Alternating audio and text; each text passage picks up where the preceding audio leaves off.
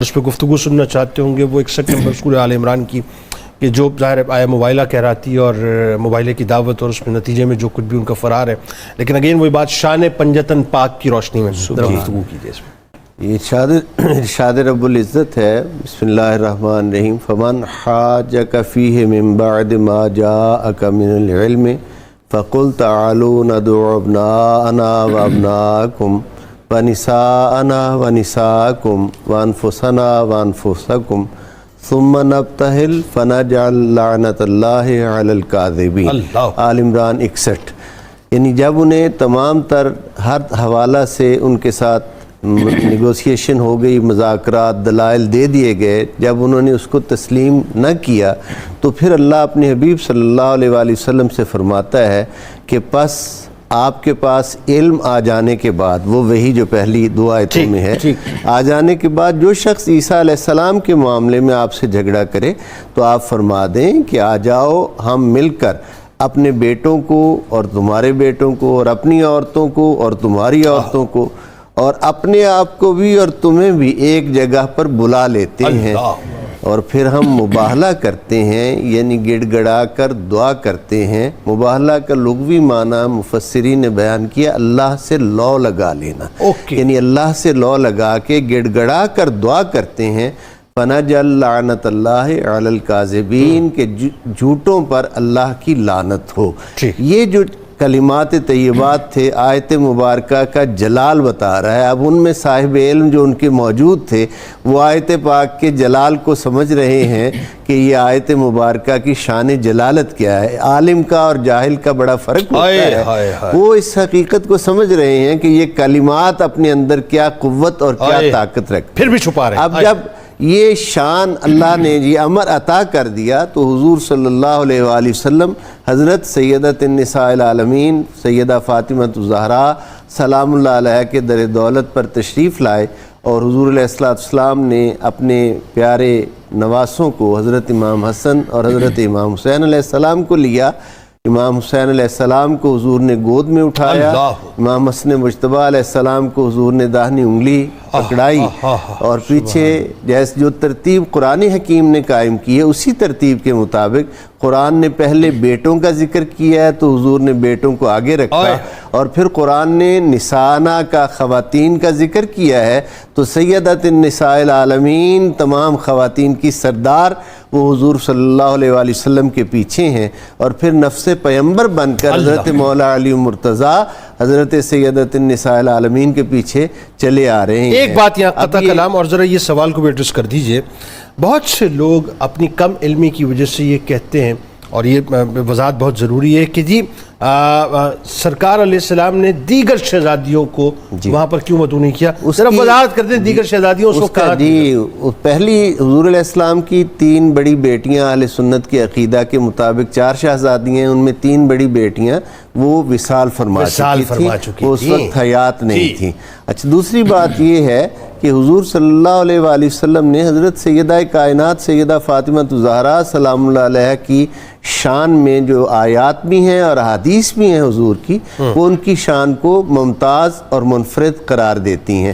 اچھا اب ذرا ایک جملہ میں یہاں یہ کہنا چاہوں گا، جو چیز میں سمجھتا ہوں کہ ہماری سمجھنے کے لیے ناظرین کے لیے بہت ضروری ہے، وہ یہ ہے کہ قرآن حکیم نے جو رشتے میں حضور کے نواسے ہیں ان کو قرآن حکیم نے بیٹے کہا ہے، اور یہاں اللہ کی شان بے نیازی دیکھیں کہ ایک طرف نوح علیہ السلام کا حقیقی بیٹا ہے اور قرآن اسے کہہ رہا ہے یہ نوح تیرا بیٹا نہیں ہے، ایک طرف یہ نواسے ہیں اور انہیں قرآن کہہ رہا ہے کہ لے آؤ اپنے بیٹوں کو۔ اب یہ اللہ 3 بیٹے اللہ نے حضور کو عطا فرمائے، 2 حضرت خدیجہ الکبریٰ سلام اللہ علیہ کے پاکیزہ بطن سے، ایک حضرت ماریہ قبطیہ کے بطن سے جناب ابراہیم۔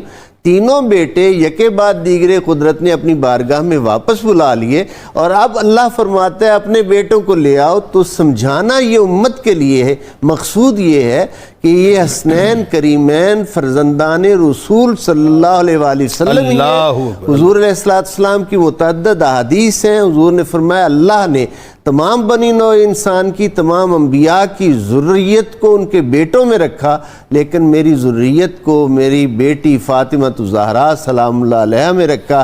یہی وجہ ہے کہ جب وہ حضور کی خدمت میں آتی ہیں تو حضور پیار کے ساتھ اٹھ کر کھڑے ہو جاتے ہیں۔ یہی شان ان کے لیے جو اللہ نے خاص کی تھی۔ حسنین کریمین علیہ السلام کو اللہ نے یہ فضیلت عطا فرمائی کہ امام حسن مجتبی اپنے قدموں پر، ہم اسے اولیات امام حسن مجتبی میں اسے شمار کرتا ہوں کہ اپنے قدموں پر چل کر توحید باری تعالیٰ کی گواہی دینے کے لیے جا رہے ہیں۔ سبحان اللہ۔ اور یہ جو جملہ کیا بات یہ جو جملہ اس نے کہا تھا عالم نے، لاٹ پادری نے، ان کے سب سے بڑے پادری نے، کہ میں ایسے چہرے دیکھ رہا ہوں۔ ذرا اس منظر کو یوں دیکھیے میری طرف دیکھتے ہوئے کہ یوں حضرت امام حسین علیہ السلام کو حضور نے اٹھایا ہوا، اور چہرہ آپ کا جو چہرہ یعنی مرتبہ بھی آقا کا بڑا، شان بھی آقا کی بڑی، عمر بھی، درجہ بھی، سب کچھ، لیکن سب سے آگے چہرہ کون سا ہے امام حسین دیکھ کر وہ کہہ رہا ہے کہ میں یہ چہرے دیکھ رہا ہوں، اگر یہ اپنے رب سے یہ دعا کریں تو ان کا رب ان کے اٹھے ہوئے ہاتھوں کو کبھی خالی نہیں رکھے گا۔ یہ حقیقت جو عیسائی سمجھ گئے اور سمجھ کر ذمہ بن گئے، یہ حقیقت مسلمانوں کو سمجھنا تو بہت زیادہ ضروری ہے مسلمانوں کے لیے کہ ان ہستیوں کی شان کیا ہے۔ یہ ادب کی بارگاہیں ہیں، یہ بحث کی بارگاہیں۔ ارے صاحب یہ تو زبان بند کرنے کی بارگاہیں ہیں، زبان سی لینے کی بارگاہیں ہیں۔ پنجتن پاک کی شان تو عقل سے ماورا ہے۔ اب آئیے آخر میں جو فائنلی یہ بہت امپورٹنٹ نقطہ ہے، اور عیسائیوں کو ظاہر ہے جو امان ملی ایک سرٹن ظاہر کنڈیشنز کے ساتھ، جو ان کے ساتھ ایک ایگریمنٹ ہوتا ہے، ایک معاہدہ ہوتا ہے اور امان نامہ سرکار کی طرف سے، ان کے جو نکات ہیں وہ سمجھنا بہت ضروری ہیں۔ اور غیر مسلموں کے ساتھ جو اسلام کا رویہ ہے وہ ایک کنڈکٹ سرکار علیہ السلام نے ایک میثاق مدینہ کی صورت میں دیا، اور ایک جو نجران کی ڈیلیگیشن کے ساتھ جو مطلب ایگریمنٹ ہوا ہے، اس پہ ذرا گفتگو کیجیے۔ دیکھیں حضور صلی اللہ علیہ وآلہ وسلم کے عظمت اور شان و شوکت پنجتن پاک کے مقام کو جب انہوں نے ملاحظہ کیا، بلکہ انہوں نے پوچھا تھا کہ یہ آپ جن افراد کے ساتھ آئے ہیں یہ کون ہیں، تو آپ صلی اللہ علیہ وسلم نے فرمایا یہ میری بیٹی کے بیٹے ہیں، یہ میری بیٹی ہے اور ان کے شوہر ہیں۔ تو اس پر وہ زیادہ پریشان ہوئے کہ یہ بندہ سچا ہے تو اپنا گھر لے کے آ گیا ہے۔ اللہ اکبر۔ یعنی سچا شخص ہو تو وہی تو گھر کو لے کے آگے بڑھتا ہے نا، کہ بات بھی بہت بڑی مباہلہ کی بات ہے، ایک دوسرے کے لیے دعائے ضرر کرنا ہے، اس میں اپنی بیٹی کو لے کے چلے جانا۔ بھئی ایک سچائی 9 ہجری میں نظر آئی تھی اور ایک سچائی پہ 60 ہجری میں نظر آئی تھی۔ تو یہ چیز ہے، حضور صلی اللہ علیہ وسلم سچے ہیں اور ان کو ماننے والے بھی سچے ہونے چاہیے۔ جو سچ کا ساتھ نہیں دیتا اس کا حضور صلی اللہ علیہ وسلم سے روحانی طور پہ کوئی تعلق نہیں ہے۔ تو حضور جان رحمت صلی اللہ علیہ وسلم کی سچائی کو دیکھ لیا، آپ کے حق کو دیکھ لیا، آپ کے مقام کو دیکھ لیا، تو پھر انہوں نے سر تسلیم خم کر لیا۔ حضور علیہ السلام کے سامنے وہ 60 افراد بیٹھے ہیں، حضور فخر عالم جان کائنات علیہ السلام نے کاغذ منگوائے ہیں، اور پھر حضرت مغیرہ بن شعبہ کو یہ سعادت حاصل ہوئی کہ اس معاہدہ کو انہوں نے تحریر فرمایا۔ اچھا اب یہ دیکھیں جو اس میں ویسے ایک رائے ابن کثیر کی یہ بھی ہے کہ مولا کائنات نے جو تو حضرت مغیرہ بن شعبہ یا حضرت مولا کائنات، بہرحال مغیرہ بن شعبہ اس میں گواہ بھی بنے تھے، اس لیے اس تحریر کو لیا جاتا ہے۔ تو حضور صلی اللہ علیہ وآلہ وسلم نے جو تبلیغی خط لکھا تھا اس کا انداز کچھ اور تھا، اور جو معاہدہ کیا اس کا انداز کچھ اور ہے۔ اس میں آپ نے جو ابتدا فرمائی وہ فرمایا بسم اللہ الرحمن الرحیم، اس میں بسم اللہ الرحمن الرحیم لکھا اور آگے لکھا یہ محمد الرسول اللہ کی طرف سے ہے۔ اوکے، یعنی سرکار کا معاہدہ ہے یہ۔ اب یہاں بتایا جا رہا ہے کہ جب تم کسی کی ذمہ داری لو تو اس کو آن بھی کرو۔ واہ۔ اب ہمارے ہاں کیا ہے کہ حکومتیں جو ہیں، حکمران جو ہیں، وہ عیاشیوں کو تو آن کرتے ہیں لیکن خدمت خلق کو آن نہیں کرتے ہیں۔ تو جب آپ کسی ملک کے ذمہ دار بنتے ہیں، بڑے بنتے ہیں، تو درد بھی پھر آپ کے ہوتے ہیں، علم بھی پھر آپ کے ہوتے ہیں، حفاظت بھی پھر آپ کی ہوتی ہے، اور تمام لوگوں کی ذمہ داری بھی پھر آپ کی ہوتی ہے۔ یعنی دنیا کے ہر مسلمان کو سمجھنا چاہیے کہ تمہارے آقا نے یہ ایگریمنٹ کیا ہے، تمہارے اوپر فرض ہے کہ تم اس کو جو اب وہاں سب سے بڑی بات ہے وہاں کسی اور کا نام نہیں لکھا، اپنا نام لکھا ہے کہ یہ میں وعدہ کر رہا ہوں، میں معاہدہ کر رہا ہوں اور میری امت اس معاہدے کی پاسدار بنے گی. اور پھر آگے آپ نے جزیے کی چیزوں کو، مال کو نوٹ فرمایا. اور پھر آگے دیکھیں نرمی کیسی ہے. فرمایا ادھر سے قاصد آئے گا تو تمہارے پاس 20 سے 1 مہینہ ٹائم ہوگا، اس میں تم نے آرام سے سکون سے یہ مال پیش کر دینا ہے. اور اگلا جو نقطہ تھا وہ انتہائی اہم ہے کہ یمن کی سائیڈ پر اگر مسلمانوں پر جنگ مسلط کر دی جائے تو تمہارے ذمے ہوگا کہ تم نے 30 اونٹ، 30 گھوڑے، ان کی لگامیں، کجاوے، یہ بطور عاریتن امانتن دینا ہے.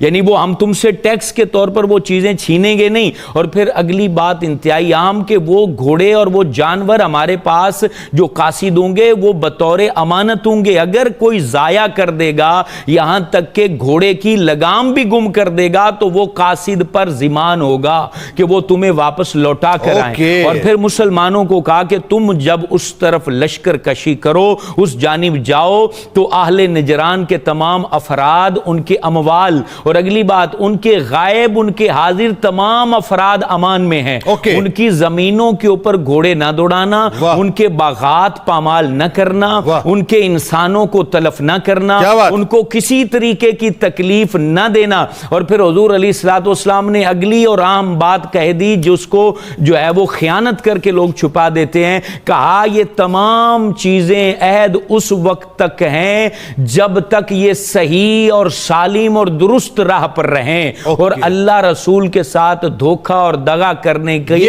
کوئی کوشش نہ کریں. یہ بڑی امپورٹنٹ بات ہے. یہ بات تمام لوگ سن لیں. جو بندہ ملکی عہد توڑ دے، ملک کے قوانین کو فراموش کر دے، آئین پاکستان کی دھجیاں اڑا دے، پیروں تلے روند دے، اور جو نبی پاک صلی اللہ علیہ وآلہ وسلم کو آخری نبی نہ مانے، تو وہ شخص جو ہے وہ ملک کی حفاظت کا جو ہے وہ حقدار نہیں ہوتا ہے. ہاں اس کو اور آسان کر دیں کہ اگر غیر مسلم اقلیت جو ہے وہ ظاہر ہے اس وقت تک آپ اس کو اون کریں گے جب تک کہ وہ پاسداری کرے.